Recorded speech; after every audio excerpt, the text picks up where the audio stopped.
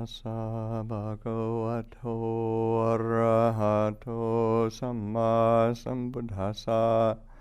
Namo tassa bhagavato arahato samma sambuddhassa. Namo tassa bhagavato arahato samma sambuddhassa. Buddhaṃ Dhammaṃ Sanghaṃ Namassami. So, good morning everybody, welcome. As we said, day 2.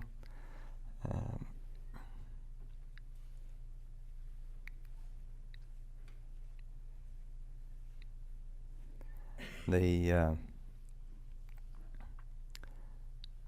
request for, or what June just chanted is actually a formal request for teachings, and it's a very beautiful way of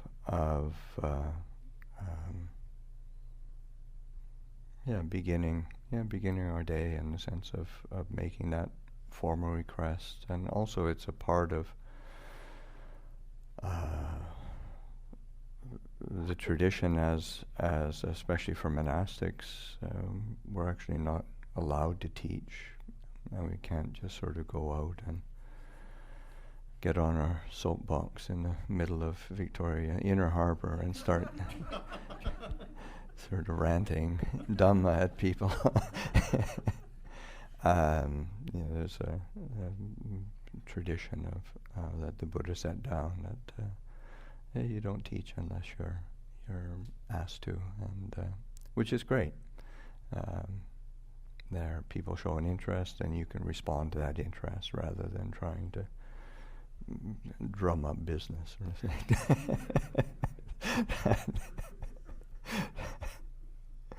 The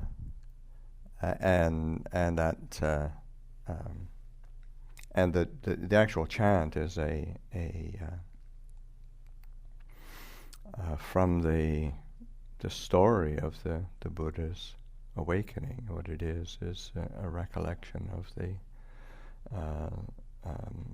after the Buddha had, of course, he'd spent 6 years in austerities and practicing incredibly diligently, and realizing that this was not the way to awakening, and that in order to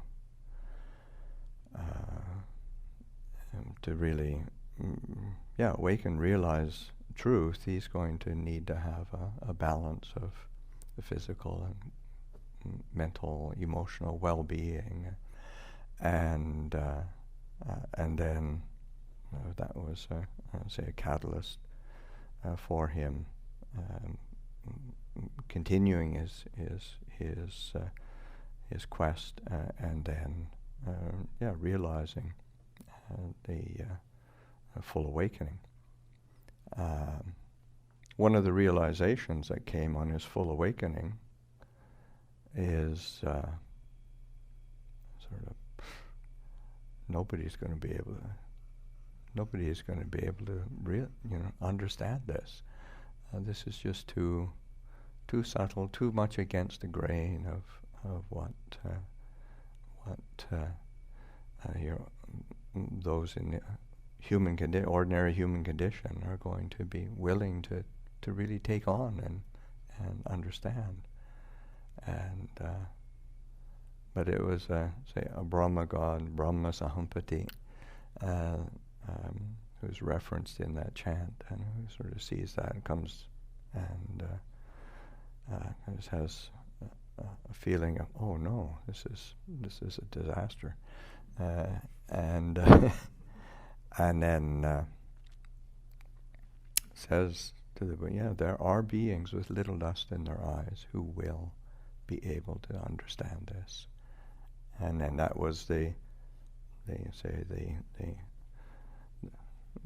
catalyst, or the trigger for the Buddha to say, right, that kind of that heart of compassion arising out of that. That's true. There are beings with little dust in their eyes who would be open to this. So then he determined to teach. But even then, he was newly awakened, and he spent time contemplating his practice, the truths that he had realized, and then when he determined to teach, it was okay. Who would be ready and open for that? And then he thought that these, say, 5 ascetics that had practiced with him would be open to that. And so then, from the place of the Buddha's awakening to where he gave his first teaching, where these 5 ascetics were, it's like over 200 kilometers, and so there was a determination to teach. It wasn't sort of, okay, they're just around the corner, I'll see if they're interested. It was made that kind of commitment, investment to walk through the Indian countryside and go to help them out. Along the way, of course, India is full of wandering ascetics and religious seekers, and so then one of these wandering ascetics saw the Buddha and was sort of really struck by his demeanor. And you can imagine somebody who is, he's a warrior noble. He's fairly young. He's just newly awakened. There's probably some charisma, kind of a radiance coming from him. And then asking, your demeanor is pleasant. Have you realized something? And who is your teacher? And then the Buddha said, I have no teacher. I've seen the truth. I've seen reality. I'm the first one to be awakened in the world. And I'm going to Benares to beat the drum of the deathless. And the wandering ascetic said, whoa.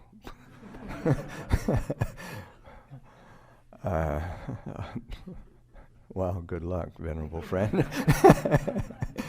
And the Buddha continues on. He said, well, that didn't work.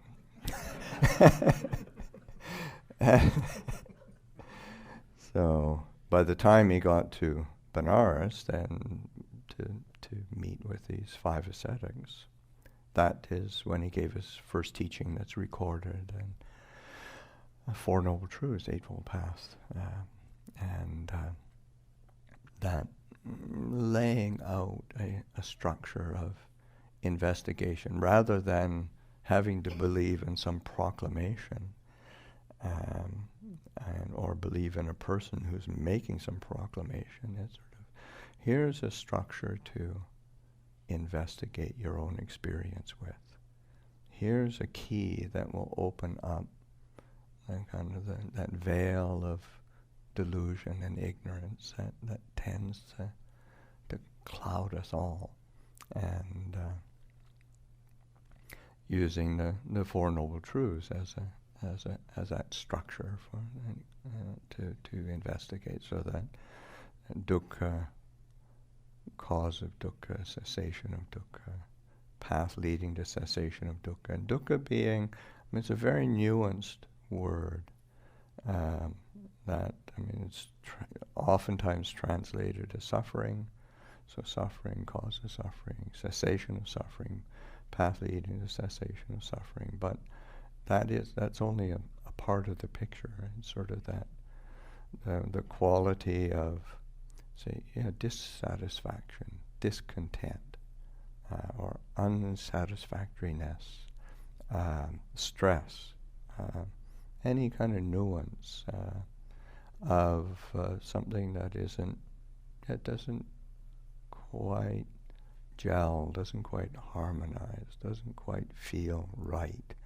It's dukkha. And the Buddha used an ancient word, because sometimes the Buddha actually made up his own words for some of the concepts he was trying to convey, or took a word and used it in a slightly different way. But the word dukkha it was something that everybody understood in India at the time. It's a very old root, and so that in the ancient Indian languages, just the prefix tu is something not good. Just doesn't work. It's unpleasant. It's uncomfortable. It's stressful. Su is good. That's happy. Sukha is happiness. So happiness, well-being, delight, that sense of comfort, ease is sukha. And ka is part of the word, is in ancient India, like pre-Buddhist, was a horse culture with wagons, chariots. Ka was where the axle fits into the wheel. So like dukkha is when the wheel doesn't go smoothly. It's kind of either it's tight and uncomfortable, or it's loose and sloppy, or it's uneven and bumpy, and that's dukkha. And that's what the Buddha is pointing to, and that's what the sense of the roots of the word dukkha. And it was when I heard that explanation, one of the things that came up was my own growing up in northern Manitoba, and sometimes you get very cold spells, and your tires, the air contracts when it gets really cold, and the tires actually freeze, so you end up with this flat bit at the bottom, and then when you get moving, and that's dukkha. 40 below in northern Manitoba, that's dukkha. So then the Buddha is using something that's fairly ordinary, and of course it's an emotional experience as well, the sense of discomfort, dis-ease. And the structure itself of how the Buddha used it as a contemplation was also that sense of dis-ease is also, he used a contemporary to his time medical model of the symptoms, the diagnosis of the cause. Okay, it's looking at, so here's the symptom of some particular disease or some physical ailment that's happening. Okay, and then there's the cause, and it's a kind of a diagnosis, and then there's the cessation of dukkha is the prognosis. Okay, this can be cured, and then there's the method of treatment, the path leading to cessation of suffering. So that's so we're all carrying this dis-ease that we can treat ourselves. We can look after ourselves. We can be free from dukkha. So I'd say the Buddha is giving us the tools to do that, and to through our own contemplation, investigation, understanding, but in that, he's also saying there is an appropriate way to relate to each of those truths, and this is really important in the sense again, if it becomes you want to have tools, and this is one of the things that's like for very early days of my becoming interested in Buddhism. There's that sense of confidence in the feeling that the Buddha just laid out all the tools on the table, and well, basically all the cards are on the table here. You got things to work with. Go for it. And so that but then in order to, it's like relating to that experience of dukkha or discontent, dissatisfaction, there was that the appropriate response that's needed is that it needs to be understood fully. We need to understand it. We need to be able to watch it, investigate it, experience it, consider it, because the tendency, it's like the response to the say the appropriate response, or the appropriate duty that we have to the cause of suffering. That is to be let go of. That is to be abandoned and to be say kind of done away with.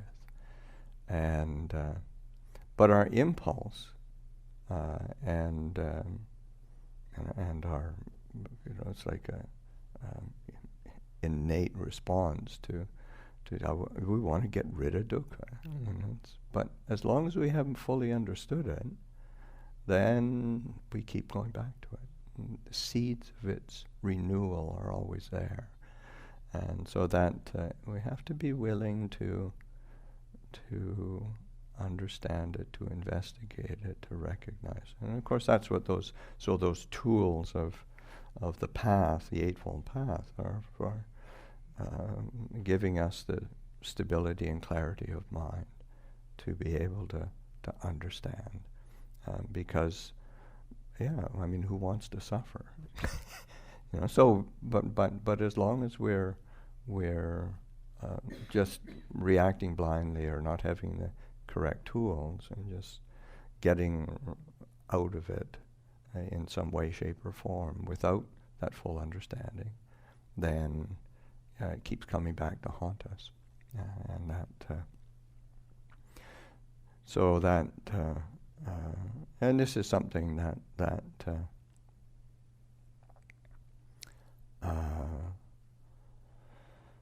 like for Ajahn Chah, when he was teaching us, that emphasis on being patient and being willing to be patient with patient with the process, but patient with the discomfort of the human condition of that quality of dukkha, and so being willing to. There's a certain. Of course, it comes with all sorts of other aspects, but this is something that I think for living in a modern era of instant gratification, then just being patient with something that's uncomfortable seems stupid. Why bother? I can get out of this. And I don't want to deal with this. But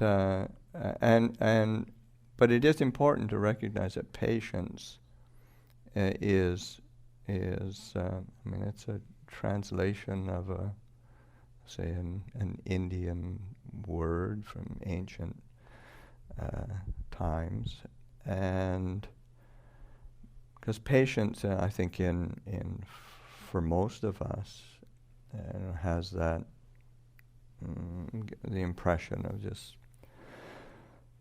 putting up with something unpleasant, waiting for it to be over, and that doesn't really brighten the mind.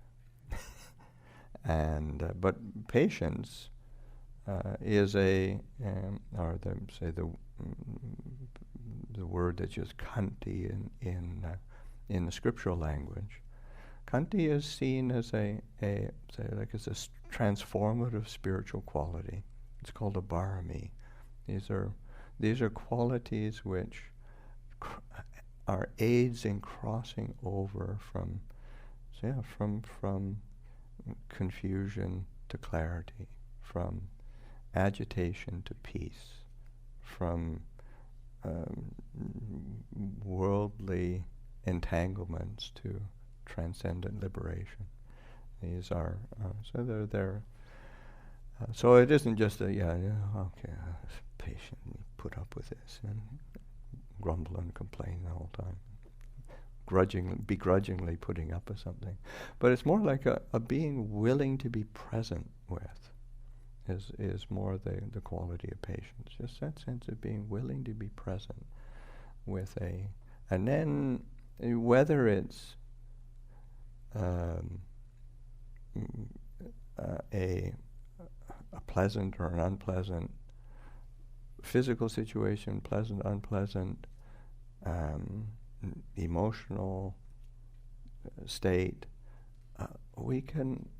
that willingness to be present starts to reveal things to us.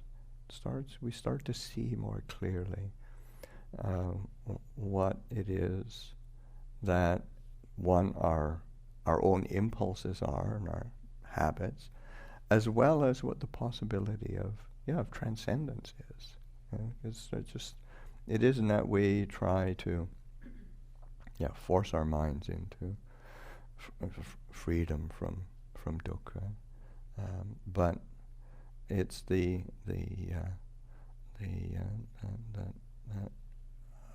recognizing that that's not the whole picture. There's a lot more going on, and peace and a kind of an unshakable quality of heart are a part of the picture if we were willing to open to it, and that sense of openness to dukkha, our willingness to give the attention and have the patience to direct our attention to dukkha.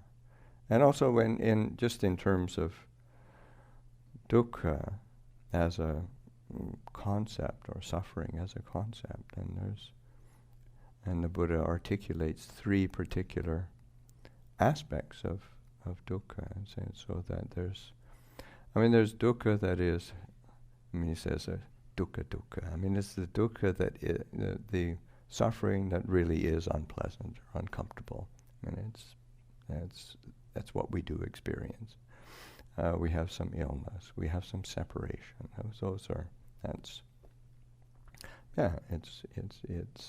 unpleasant. It's unsatisfying. But then there's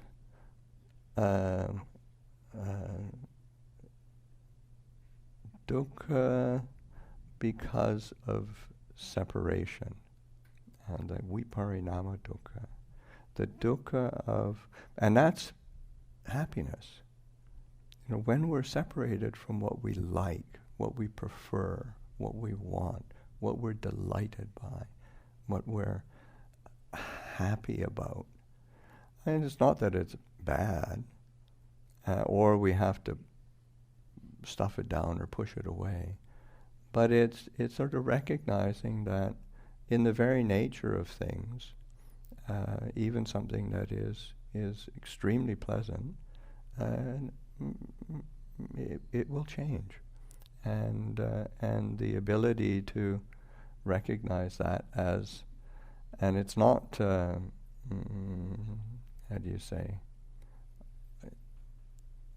to be a good Buddhist, you just have to throw a wet blanket on everything, because it's also that one has to learn how to cultivate happiness.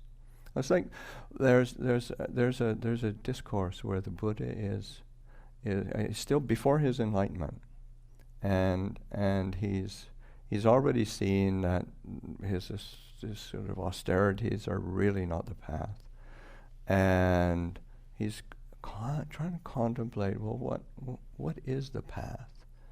And then his mind goes back to a time when he was a young boy, young lad, and just sitting out under a tree, and the adults are off doing something else, and he's sitting there peacefully, and his mind became settled and concentrated. There's an experience of that settling, samadhi experience, which is accompanied by extreme happiness. And then he said, and then that thought is, could this happiness be the path? And of course, the first reaction is because both in Indian tradition, or even in, say, like, especially, I think in Judeo-Christian tradition, there's a kind of guilt that comes with happiness, in that sense. So you shouldn't really be that happy. But then the Buddha said, well, wait a minute, that happiness is completely without any harmful connotation. It's actually quite pure.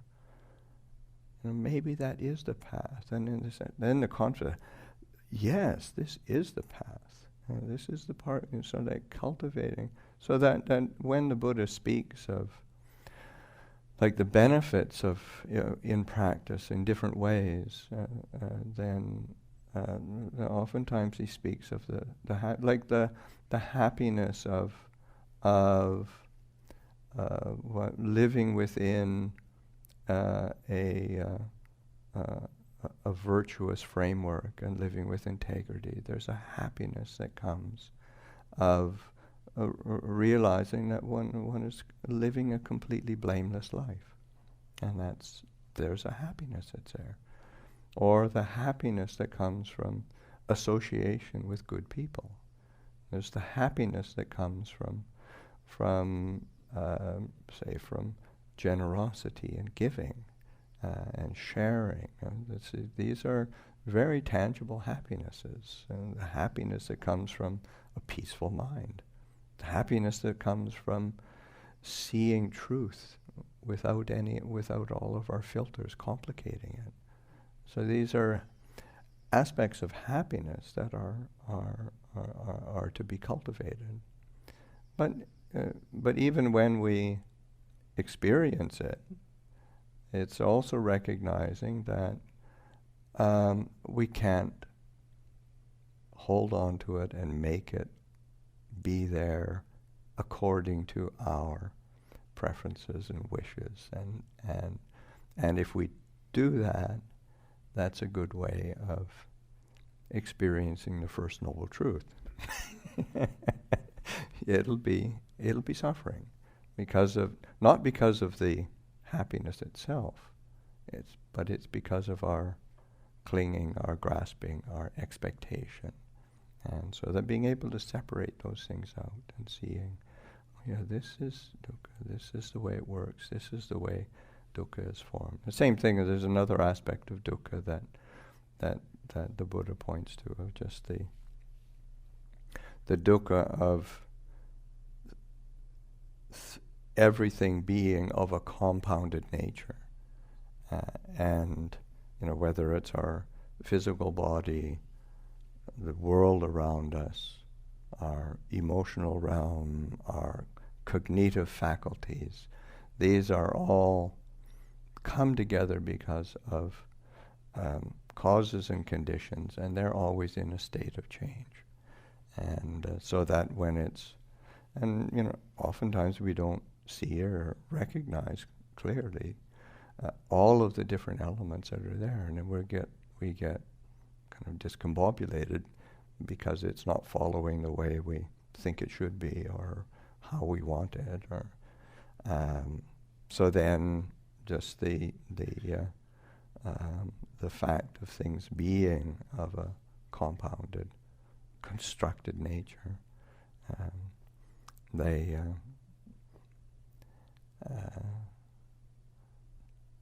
I'm just sort of thinking of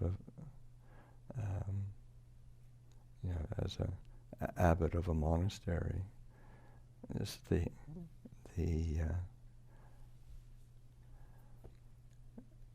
once you build a monastery, then you got to look after it.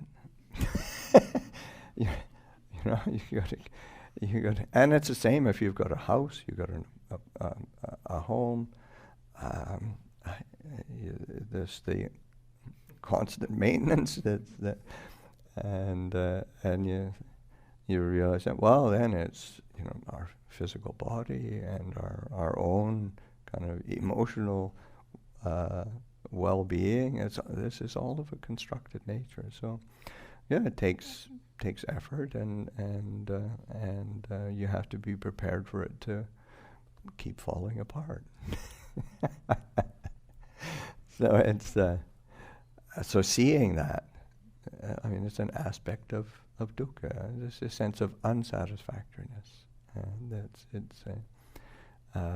to have a completely satisfactory condition in the world is it's not possible.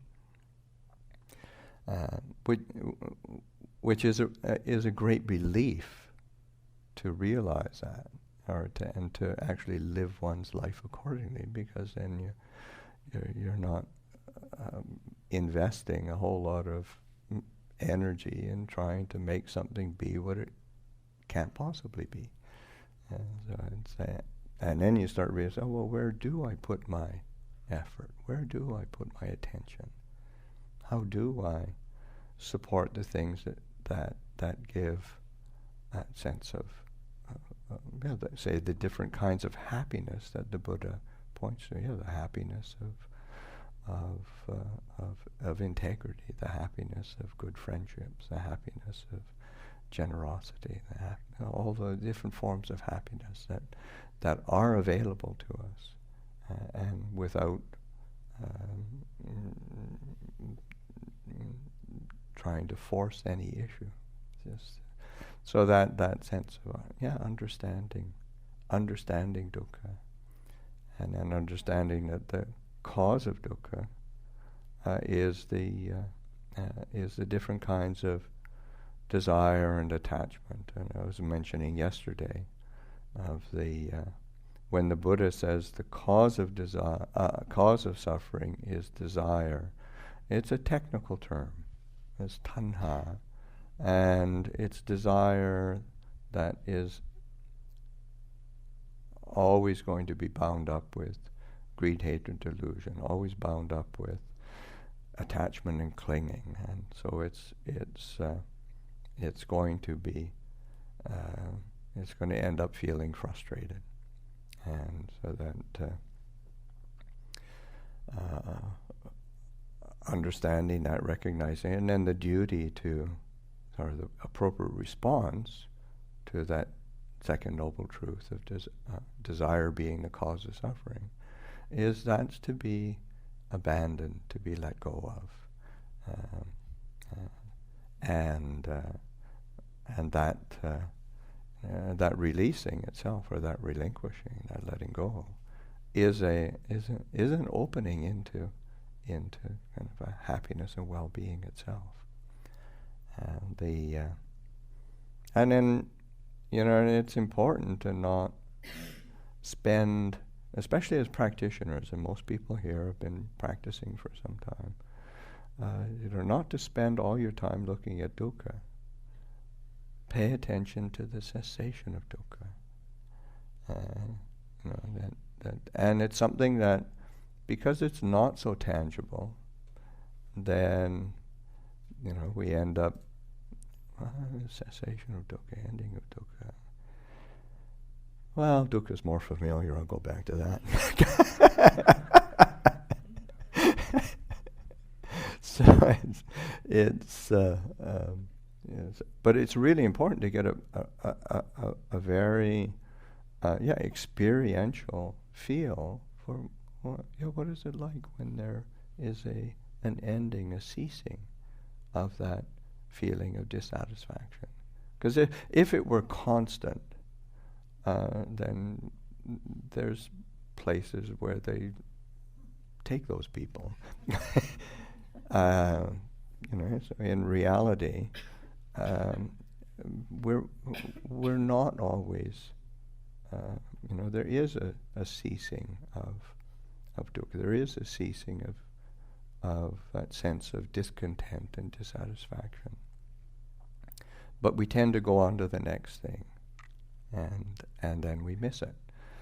So that giving attention to the ending, the ceasing, and also giving attention to the ending of things. Because you notice that even like with your meditation, you're paying attention to the in breath and the out breath, and what will tend to attract your attention, or what your attention will be able to sustain itself on, is the beginning of the breath. And then especially as you start to get a bit calmer, and then the breath settles, and and the breath, the in breath ceases, and that'll be what there's kind of a gap there where we start to, okay, now what do I do? So we start looking for, the mind starts to go to its conceiving again. So then it's becoming very conscious of the endings of things. And it's, as an exercise or as a part of practice, it's really important. And so you start getting a feel for that, and confidence in the fact that there is there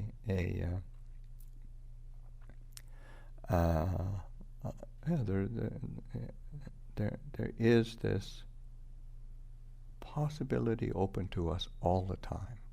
It isn't as if, well, if I practice hard enough in the future and get my act together and somehow are blessed with good fortune, I'm going to experience a cessation of dukkha, sort of. But no, it's something that we integrating into present moment practice, present moment awareness. And also when the Buddha speaks of the cessation, the ending of dukkha, of suffering, of dis-ease, he points out to particular qualities of mind, of heart, that are integral to supporting that experience of cessation of dukkha. And the first is chako, chaka is like giving, but it has a connotation of giving up as well. So like in the many people who've been around Buddhist practice for a while, say dana is a word for giving. It tends to be giving more on a material level, or but jhaka is also that. But then it also has a sense of, say, of giving away, giving up, and that giving away is really important. So we don't have to hang on to dukkha. We can give it away. If anybody else wants to pick it up, it's just letting it go to cessation, letting it go to a place of its own ending. Chako patinisako is a sense of relinquishment, which is also a sense of giving away, but it's that particular word that the Buddha uses is more around the sense of self, the sense of me, And because that's actually the glue that holds the that experience of dukkha together. Sense of identification. This is me. This is mine. This is who I am.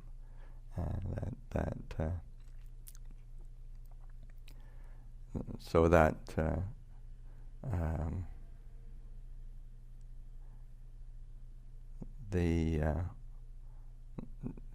there's a phrase that comes up over and over again that the Buddha uses for a fundamental, say, difficulty in the human condition that keeps us returning to difficulty and dukkha. So it's the I-making, mind-making underlying tendency to conceit, and it's something that we do. It isn't something that is foisted upon us, or that is inevitable in the. It's something that we do. So that I-making, that sense. So yeah, we make this sense of this is who I am. This is really what defines me. Of course, what defines me keeps changing, depending on our mood, and so it's kind of it's something like a mirage that keeps moving into the distance. You can sort of see it. It seems real, but you keeps just over there, and so it doesn't have a real solidity to it. And so the same with that mind-making sense of this is mine.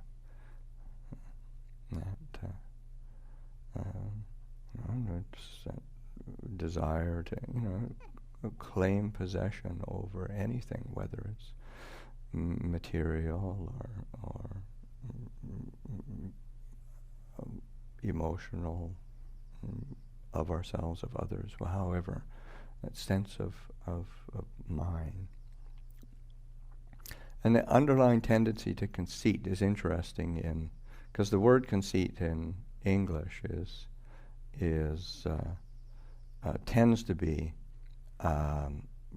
conceit in sort of feeling yourself, say, better than others or looking down on others. Whereas from the Buddha's perspective, he said there's 9 bases of conceit. So it's like being inferior and thinking oneself inferior, being inferior and thinking oneself equal, being inferior and thinking one superior, being equal, thinking oneself. You see where this is going. Yes, being inferior and thinking, because some things we're just not as good at. So being inferior, and then assuming oneself equal. So being equal, thinking oneself inferior, being equal, thinking oneself equal. Because even that, just as good. And even if it's true, it's still a position. And thinking oneself, and then even being superior, being better at something, thinking oneself inferior, thinking oneself equal, or thinking oneself superior. Because it's as long as we take a position of something, then we prop up our sense of dukkha, because that's always going to change, and it's constructed, and so it's the sense of comparing. That we compare ourselves to others all the time, and that limits us to. You think in terms of like one of the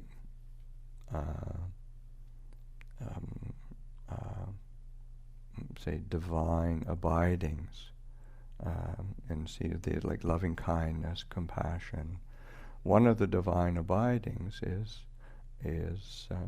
a sympathetic joy, And so that if we're, say, obsessed with ourselves and trying to figure out what position we're at, how do we rank according, it kind of hinders us from the possibility of experiencing that kind of joy at the well-being or accomplishment, success of others, and that's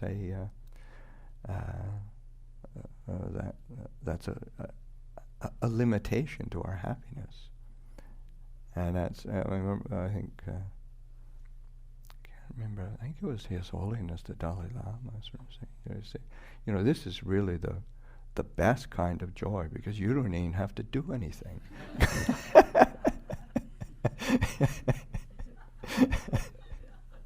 You can just see somebody else be successful and just, you can delight in that.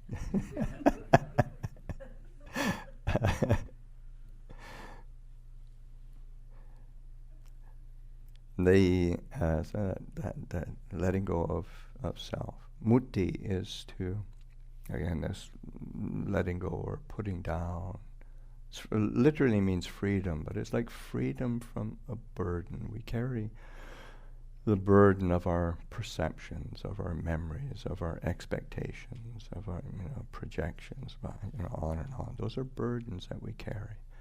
So being able to put them down and not pick them back up again, which is the tough bit. But that's, in terms of practice, that's a really interesting practice to, that cessation of suffering, putting down a feeling or a memory or something, and then watching what happens. It's like, we do put it down, and can I keep putting it down, or can I not go back and try to pick it up? It's just an it's an interesting investigation, and plugs us into that cessation of suffering, cessation of dukkha. And the last one, analio, which is it's kind of like I think it's translated like as non-identification sometimes, so just not identifying with. But it also it's in the scriptural language, it has like a connotation of non-stickiness. It's like when the mind doesn't stick to a particular mood or position that one takes or whatever feeling, and so that's that sense of non-identification is not a sort of a shunning or pushing away. It's just like that doesn't stick. Slides off, sort of the Teflon coating of the mind, which is great, because it opens the mind up, opens the heart up to not getting cluttered with our own moods, impressions, whatnot. Which of course leaves the mind with a clarity and stability that's really able to see things in their true nature, and that's what takes us again is this path of practice that the Buddha gives, that prescribes as the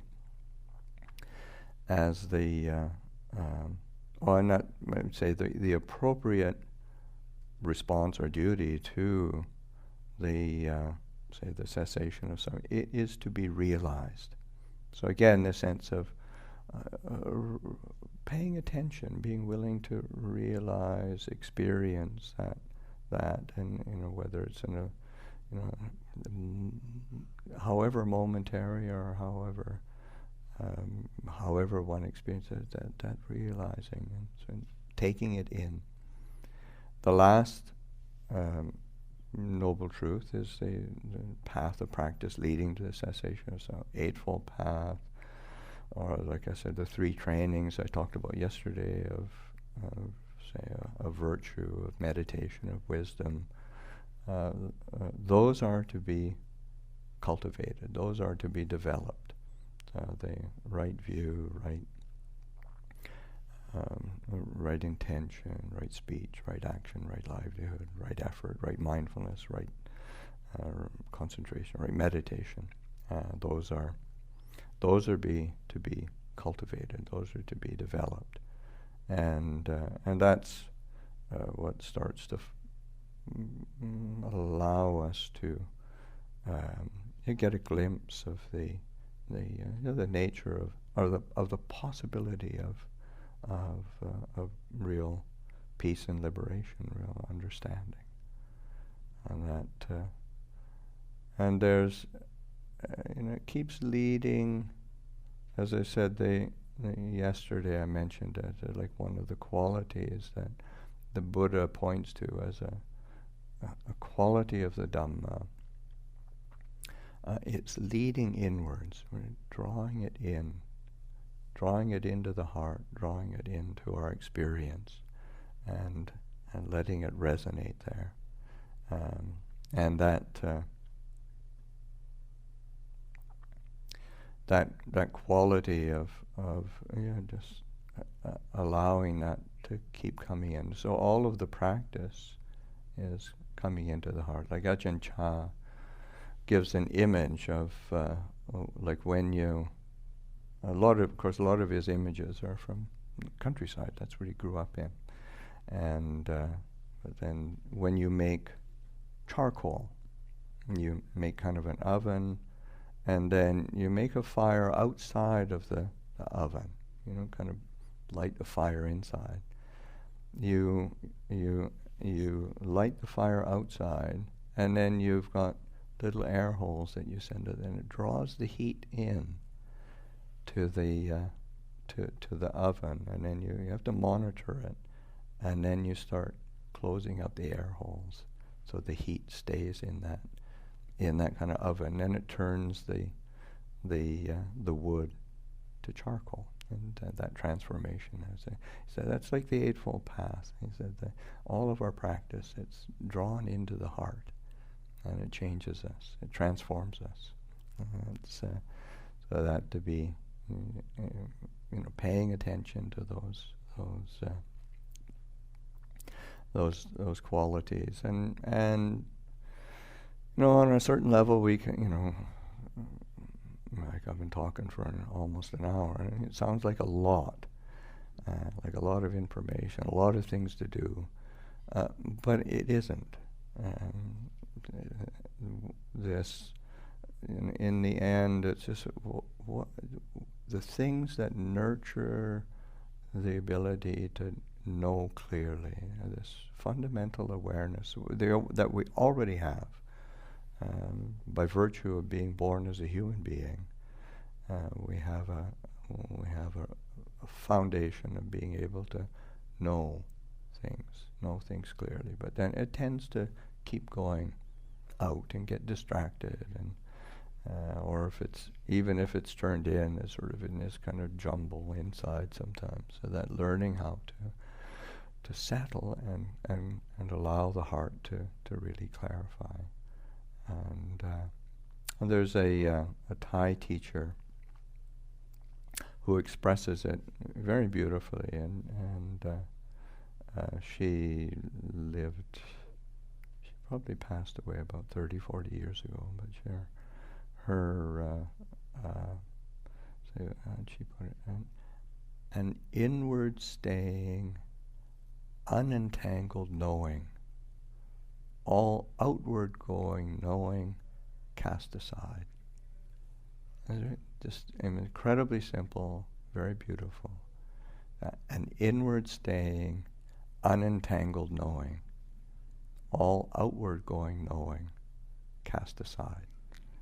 And it's just this is a possibility that we have each moment, and the things that we do, all the practices that we're involved in, our life as we live it, those all have the possibility of being drawn into the heart and nurturing that unentangled knowing. That to be able to attend to that, experience it, recognize its possibility for for our transformation. So I'll offer that for reflection this morning.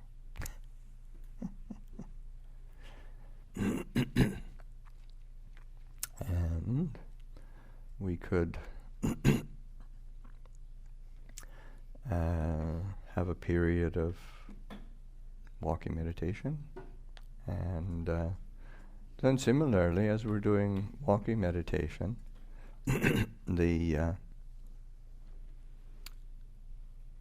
just lifting up that quality of knowing, just knowing the sensation, knowing the movement of mind, knowing the say reactions that come up, and just knowing and letting go.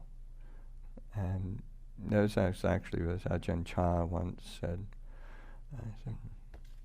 this path, the practice of the Buddhas it's not difficult. It's really easy. There's only two things you need to do: know and let go. And so you keep coming back to the knowing, keep allowing that letting go to happen, and that opens things. And so just to experiment with that, experiment and relaxing into the walking, and that attentiveness, alertness, just to the simplicity of movement and touch, so we can have a period of walking meditation.